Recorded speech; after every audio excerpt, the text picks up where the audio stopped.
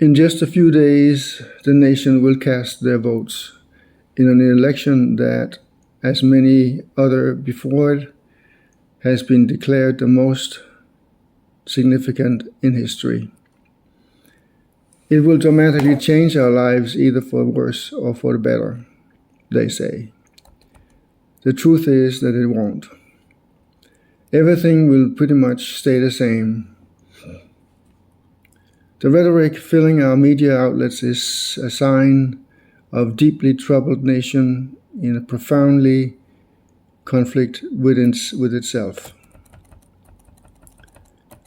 Clearly, something has gone wrong and everyone is ignoring the obvious solution given to us by Jesus now thousands of years ago. The world in his time was just as divided as ours is today. Clearly, the solution, physical and verbal abuse, has been ineffective.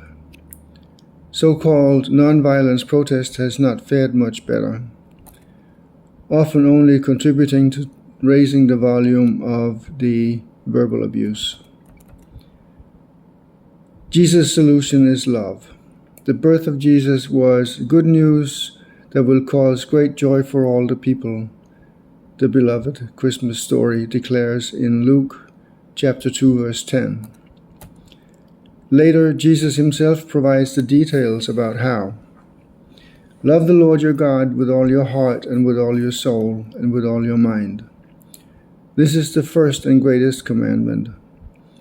And the second is like it. Love your neighbor as yourself. All the law and the prophets hang on these two commandments. Matthew chapter 22, verses 37 to 40.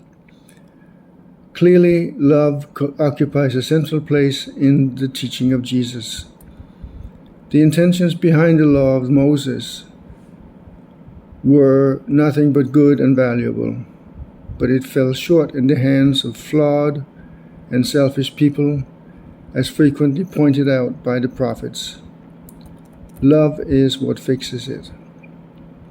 So how exactly are we to go about that?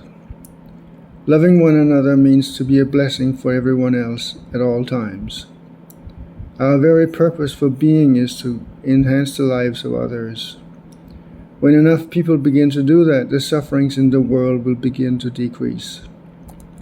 As more and more people experience abundant life replacing suffering, the more people will see that love is the way. Plant a mustard seed, Matthew urges in chapter 13, verse 31. However, individually we can do very little. Together we can accomplish anything. That is what Matthew means in 19, verse 26. With man this is impossible, but with God all things are possible. The early church illustrated this perfectly with their example. All the believers were on one in heart and mind.